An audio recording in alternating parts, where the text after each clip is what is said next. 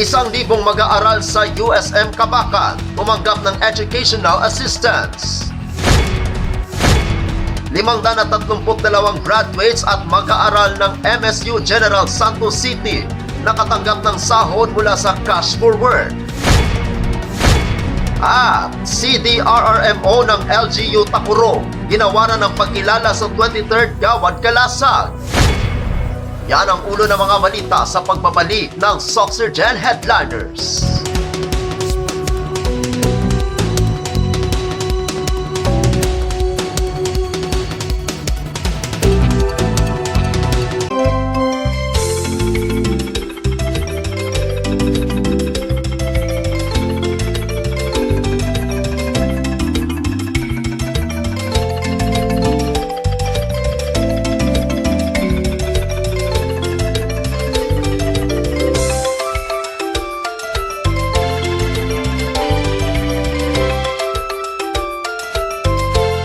Jingle bells, jingle all the way. It's no fun to get locked up and brought down to the jail. Jingle bells, jingle all.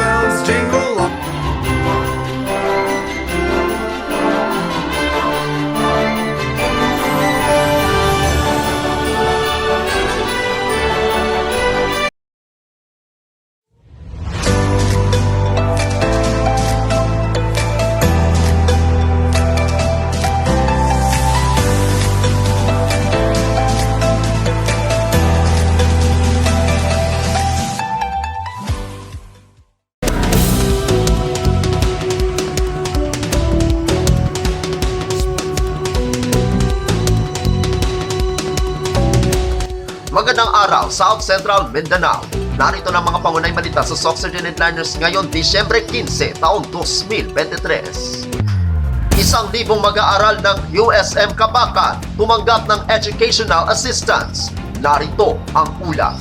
Masayang-masaya ang Pasko ng 1,000 mga kwalipikadong college students sa University of Southern Mindanao o USM Kabakan Campus na tumanggap ng tulong pinansyal noong Huwebes, ika-14 ng Disyembre kasalukuyang taon, 11 araw bago ang Pasko.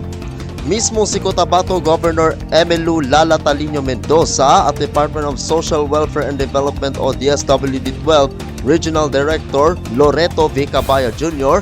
kasama si USM President Francisco Hill N. Garcia ang nanguna sa ginawang ceremonial distribution na isinagawa sa USM Auditorium, Bayan ng Kabakan, lalawigan ng Cotabato. Ang nasabing educational assistance na nagkakahalaga ng 5,000 piso bawat estudyante ay resulta ng mahusay na pakikipag-ugnayan ni Governor Mendoza sa mga ahensya ng pamahalaan tulad ng DSWD upang maitaguyod ang mga programang pang-edukasyon nito. Sa kanyang mensahe, inihayag nito na abot sa 7,000 mga estudyante sa kolehiyo ang sumailalim sa interview at nagkwalipika sa scholarship program ng lalawigan. Ngunit nasa 700 o 400 lang ang maaaring i-accommodate batay sa bilang din ng mga nagtapos na scholars bawat taon. Kaugnay nito, kinilala ng gobernadora ang mga ahensya ng pamahalaan tulad ng Department of Science and Technology o DOST, Department of Labor and Employment, DSWD, District Representatives, kabilang na si 3rd District Congresswoman Maria Alana Samantha T. Santos, na naging kaagapay ng lalawigan sa pagbibigay ng tulong sa iba pang mga mag-aaral o pamilyang higit na nangangailangan. Labis din ang pasasalamat ito kay R.D. Cabaya sa walang humpay na suporta nito sa mga adhikain ng serbisyong totoo at siyang naging tulay upang maisagawa ang nasabing payout ngayon. Bilang ina ng lalawigan, binigyan diin ni Governor Mendoza na hindi nagbabago ang adhikain nitong bigyan ng kaukulang interbensyon ng mga kabataan upang pagyamanin ang kanilang kakayahan at potensyal tungo sa pagtupad ng kanilang mga pangarap.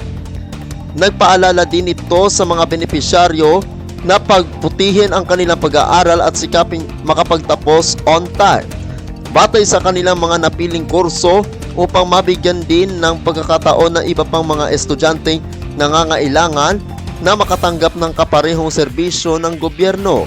Kasama rin ng gobernadora na bumisita sa mga benepisyaryo si 3rd District Board Member Jonathan M. Tabara. Ako ang inyong kaibigang Apolinario 30 Valencia para sa Soxergen Headliners. 532 graduates at mag-aaral ng MSU General Santos City nakatanggap ng sahod mula sa Cash Forward. Narito ang ulat. Ang kabataan ang pag-asa ng bayan. Isa ito sa mga naging pamungan na mensahe ni Regional Director Loreto V. Cabaya Jr. sa harap ng mga graduate students at kasalukuyang mag-aaral ng Mindanao State University o MSU General Santos City Campus sa Cash for Work Program o CFWP payout.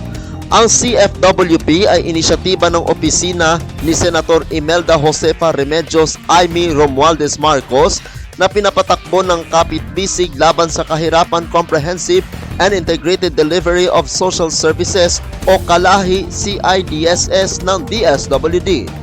Nakatakdang magtrabaho ng hanggang 90 araw ang mga benepisyaryo sa kanilang komunidad at babayaran kasunod na inaprubahang sahod sa rehiyon na 370 piso kada araw. Tulad ni Alia Jean Abordo, 23 taong gulang na Bachelor of Science in Agricultural and Biosystems Engineering graduates nitong Hulyo. Na-assign siya sa Polomolok Municipal Nursery para tumulong sa mga admin tasks. Binigyang diin ni RD Cabaya na ito ay pansamantalang interbensyon ng DSWD para makatulong sa mga estudyante at bagong graduate sa kanilang pagsabak sa paghahanap ng trabaho. May 476 na benepisyaryong tumanggap sa ginanap na payout sa MSU Jensen Campus. Samantala, ay mayroon namang 54 na mag-aaral ang sinahuran sa kanilang munisipyo sa lalawigan ng South Cotabato at tig-iisa naman sa bayan ng Libak at Calamansi sa lalawigan ng Sultan Kudarat. Dumalo rin sa programa si King Belimac, politician officer ni Senator Aimee Marcos, para ipakita ang suporta ng senador sa nasabing aktibidad na sinuportahan din ni Chancellor J.D. Usman Aragasi ng MSU Jensen. Ako ang inyong kaibigang Apolinario 30 Valencia para sa Soxergen Headliners. Para sa uling balita, CDRRMO ng LGU Tacorong ginawaran ng pagkilala mula sa 23rd Gawad Kalasag. Narito ang ulat. Ang City Disaster Reduction Management Office o CDRRMO ng LGU Tacorong ay isa sa mga nakakuha ng Beyond Compliance sa 23rd Gawad Kalasag National Awarding Ceremony noong 11 ng Disyembre kasalukuyang taon sa Kalakhang, Maynila. Ang parangal ay personal na tinanggap ni Tacorong City Mayor Joseph George L. Lechoncito, MD, DPA. Ang CDRRMO ay pinamumunuan ni Engineer Hilda Pierre Mercado na pinarangalan ng Seal of Excellence noong nakaraang taon. Ngayong taon sa pagsusuri ang tanggapan ay nakakuha ng 2.68 na rating. Ako ang inyong kaibigang Apolinario 30 Valencia para sa Soxergen Headliners.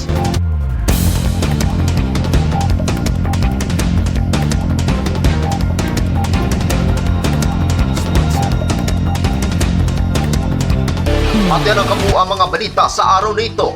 Mga balitang kailangan ninyong malaman, balitang walang kinakampihan, mga balitang totoo, mga balita may dalang aral at inspirasyon. Ito ang Soxergen Headliners. Hanggang bukas, maraming salamat at magandang araw, kaibigan.